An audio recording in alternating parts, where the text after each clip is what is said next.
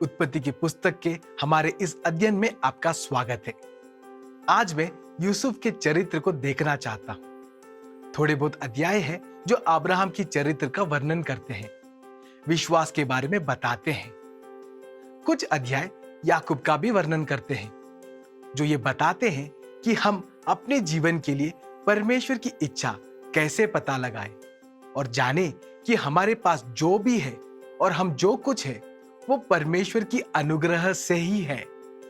जब हम उत्पत्ति पुस्तक के अंतिम 14 अध्यायों में आते हैं, हम याकूब के पुत्र यूसुफ से मिलते हैं, जो अपने परिवार को विलुप्त होने से बचाएंगे और ऐसा करके उनसे बनने वाले राष्ट्र और दुनिया का उद्धारक मसीहा की वंशावली दोनों को बचाएंगे।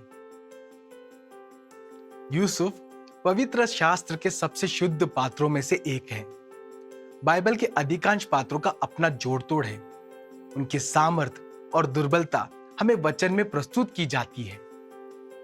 यूसुफ और दानियल इस नियम के अपवाद प्रतीत हैं। बाइबल उनकी कमियों का विवरण नहीं करता। हालांकि कुछ लोगों ने यूसुफ के प्रारंभिक कहानियों में उसके भाइयों से व्यवहार की बुद्धिमानी पर प्रश्न किया है। यूसुफ राहेल से पैदा हुए पहले बच्चे हैं। वो पत्नी जिससे याकूब सचमुच प्यार करते थे। धोखे से याकूब का विवाह लिया से होता है और याकूब का दिल जीतने के इस विकृत स्पर्धा में दोनों बहनें पत्नियां उनके अपने प्रत्येक निजी दासी को पत्नियों के रूप में याकूब को जबरन पकड़ा देते हैं। क्योंकि यूसुफ राहेल से जन्मे पहले लड़के हैं, याकूब यूसुफ पर तरफदारी दिखाते हैं। यूसुफ पसंदीदा पत्नी के पसंदीदा लड़के हैं। इस कारण याकूब उन्हें वो देते हैं जिसे इब्रानी लोग हथेली तक का अंगरखा कहते हैं, जिसका एक अर्थ पूर्ण आस्तीन का लंबा लिबाड़ा है, जो शाही आभूषण का सुझाव भी देती है, जिसका अनुवाद रंग बिरंगा अंगरखा है। इसका अनुवाद कैसे भी करें, चित्र स्पष्ट है। हालांकि यूसुफ परिवार में सबसे छोटे हैं, उनके पिता याकूब उन्हें पारिवारिक कुल पिता की भूमिका को विरासत में पाने तैयार कर रहे हैं। यह धारणा न केवल तब प्रचंड होती है जब यूसुफ अपने पिता से अपने भाइयों का बाहर भेड़ चराते समय का कुकर्मियों को बताते हैं, लेकिन और भी गहरी होती है जब यूसुफ अपने 2 सपनों का साझा करते हैं, जिसमें वो खुद अपने भाइयों और यहां तक कि अपने पिता पर शासन करते हुए अपने आप को देखते हैं।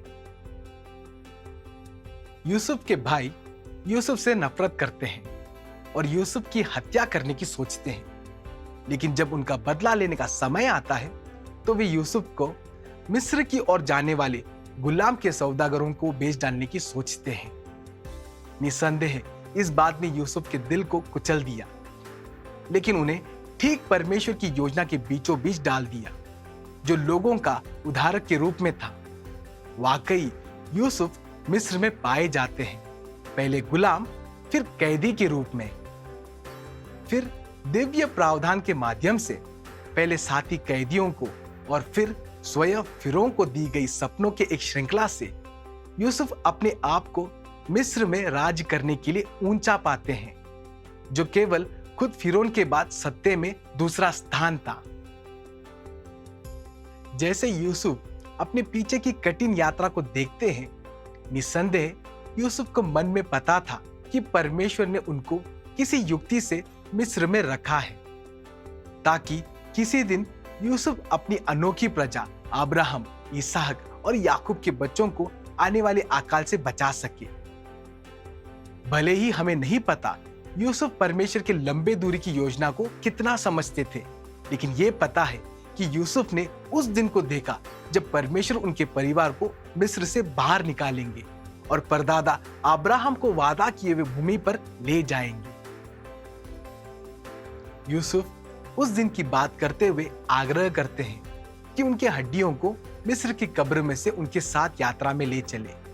शायद यूसुफ इस बात से अनजान थे कि लोगों के इस वंश को बचाकर यूसुफ परमेश्वर के स्वायत्त हाथों से आने वाले मसीहा के वंश को भी सुरक्षित कर रहे थे, जो सारे विश्वास करने वाले राष्ट्रों के लिए पाप से उद्धार लाएंगे। इस प्रकार जब उत्पत्ति की पुस्तक यूसुफ की कहानी तक पहुंचती है तो ये वाकई में परमेश्वर के प्रावधान की कहानी है।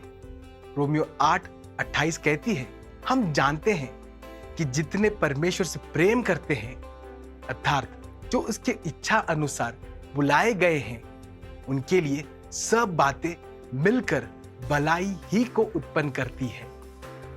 ये वचन सदियों से परमेश्वर के कई लोगों के लिए सांत्वना और आशीष रहा है। यूसुफ के कहानी का भी यही सार है। संदेश का एक और मुख्य पहलू जो हम यूसुफ के कहानी से प्राप्त करते हैं, उसका सार शब्द अनुग्रह है।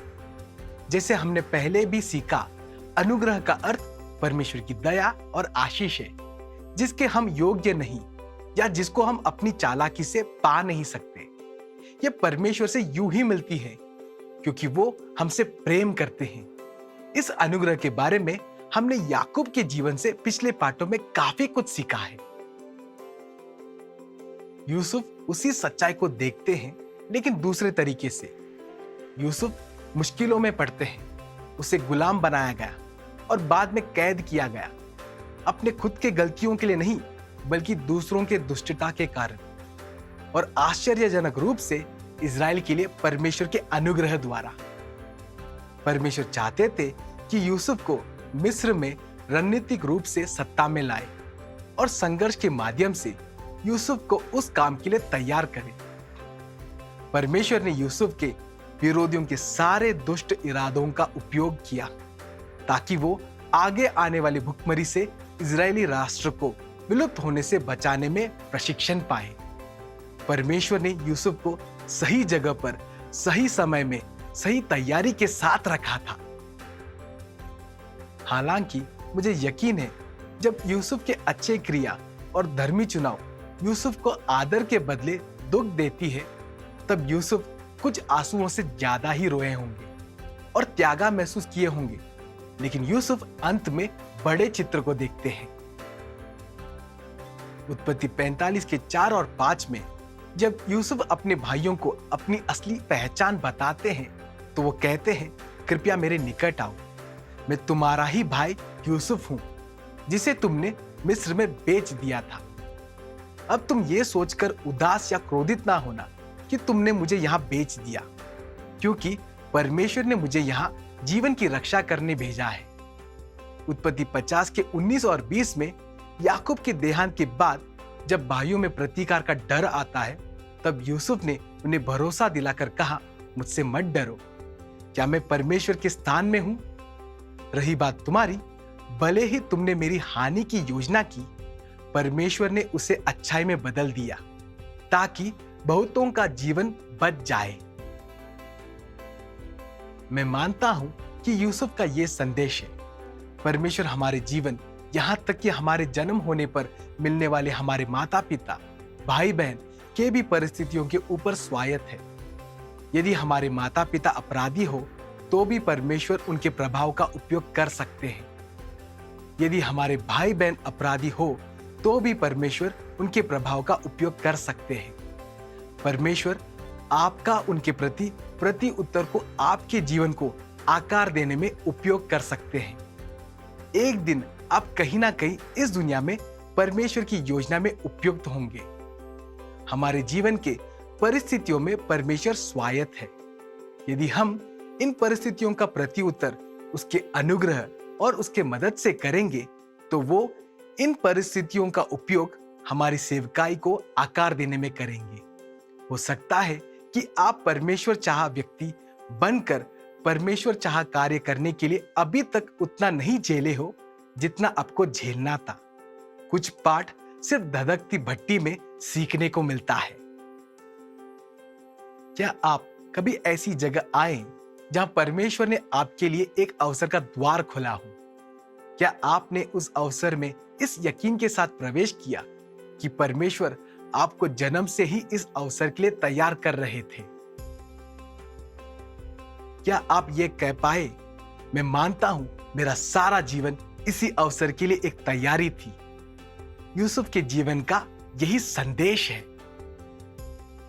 कई बार जिसे हम विपत्ति या काबू से बाहर की परिस्थिति या क्रूर हालत या ऐसी समस्या जो हमें यह सोचने में मजबूर करती है कि मैं ही क्यों, दरअसल इस पे परमेश्वर की स्वायत्त हाथ हमें उनके मन चाहे कार्य करने और उनके मन चाहे व्यक्ति बनने में तैयार करती है। जब परमेश्वर आपको इन परिस्थितियों का उसके चाहत अनुसार प्रति उत्तर देने में अनुग्रह करते हैं, तब आपको पता लगेगा कि यही परिस्थितियां या यही समस्या, यही लोग वो गति की है जिनका परमेश्वर आपके जीवन को आकार देने में उपयोग करेंगे। ये वही औजार है जिसे परमेश्वर आपके जीवन को आकार देने में उपयोग करते हैं, ताकि एक दिन आप भी अपनी बुलाहट को पूरी कर सके। एक बार एक बच्चे ने एक पादरी से पूछा, परमेश्वर दिन भर करते क्या है? यह एक बच्चे से एक प्यारा प्रश्न है, लेकिन इसके कई शक्तिशाली उत्तर हैं। कोई उत्तर दे सकता है कि दिन भर परमेश्वर उन चीजों को ठीक करते हैं जो हानि के लिए थी और उसमें से भलाई को निकालते हैं। परमेश्वर दिन भर यही करते हैं। संकट की घड़ी में यह एक बड़ी सांत्वना है। कई वर्षों से अविवाहित माताओं के लिए घर चलाने के बाद एक पादरी ने यह गौर किया कि यूसुफ की कहानी उन लड़कियों के लिए अधिक मायने रखती थी जिनके खराब जीवनी चुनाव ने उनके परिवार, दोस्त या अपने अजन्मे बच्चों के पिता की मदद के बगैर उन्हें गंभीर परिस्थिति में डाला। जो एक पापी बात से शुरू होती है, परमेश्वर उसको भलाई में बदल सकते हैं। इनमें से कई बच्चे प्यार करने वाले मसीह माता पिता के घरों में जा पहुंचे जिनका अपना कोई बच्चा नहीं था, शायद इसीलिए कि उनका दिल और घर इन बच्चों के लिए तैयार रहे। वे लड़कियों का इरादा हमेशा बुरा नहीं था, अधिकांश पाप के विषय में कमजोर थे। कुछ लड़कियों का बुरे इरादे वालों ने बलात्कार किया। यदि परमेश्वर यूसुफ के भाइयों और पोतीपर की पत्नी द्वारा रची बुराई को लेकर भलाई में बदल सकते हैं, तो निश्चय परमेश्वर हमारे जीवन का भी उद्धार कर सकते हैं, उन सभी से जो हम पर बीतती है। परमेश्वर न केवल पापी लोगों का, लेकिन पापी परिस्थितियों का उद्धार के व्यवसाय में भी है। तो वापस आते हैं अपने चरित्र अध्ययनों को सारांशित करने। हमें अब्राहम के जीवन से विश्वास और याकूब जो इजराइल बने उनके जीवन से अनुग्रह सीखने मिलता है।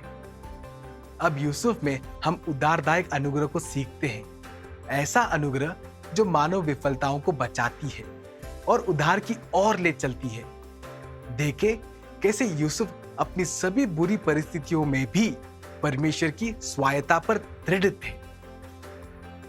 उत्पत्ति 45 के 7 से 9 में वो अपने भाइयों से कहते हैं, परमेश्वर ने मुझे आपके आगे यहाँ इसीलिए भेजा कि आप लोगों के लिए वंश बचा रखे, कि एक बड़े छुटकारे द्वारा जीवित रखे। इसीलिए मुझे भेजने वाले आप नहीं बल्कि परमेश्वर खुद है, और उन्होंने मुझे फिरौन के लिए पिता जैसा और उसके घराने के ऊपर प्रभु और मिस्र के ऊपर शासक बनाया। अति शीघ्र मेरे पिता के पास जाकर कहो, तुम्हारा पुत्र यूसुफ ये कहता है, परमेश्वर ने मुझे सारे मिस्र का प्रशासक बनाया है। और इसी के साथ हम उत्पत्ति के अध्ययन को अंत करते हैं।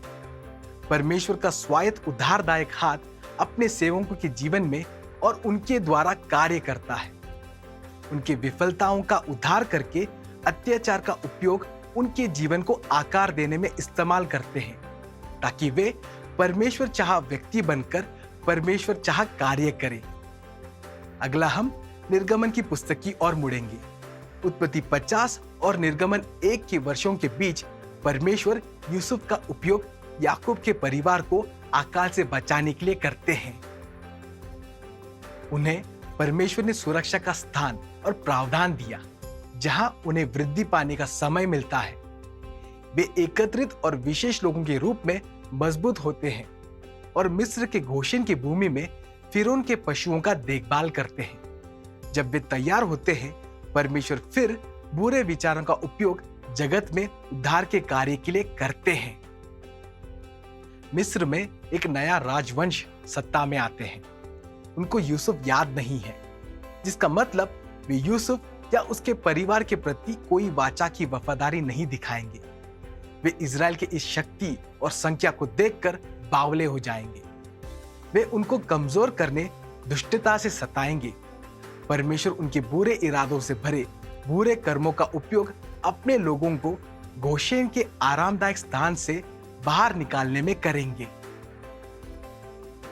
जैसे वो प्रसव पीड़ा का उपयोग बच्चों को आरामदायक गर्भ से कड़ी जालिम दुनिया में ले आने में करते हैं, जहां बहुतायत का जीवन वाकई में शुरू हो सके। याद रखें, हो सकता है कि आप परमेश्वर चाह व्यक्ति बनकर परमेश्वर चाह कार्य करने के लिए अभी तक उतना नहीं झेले हो जितना आपको झेलना था। जो परमेश्वर से प्रेम करते हैं और उसके योजना के अनुसार बुलाए गए हैं, उनके लिए दुख भी परमेश्वर के उद्धारदायक योजना में से एक है।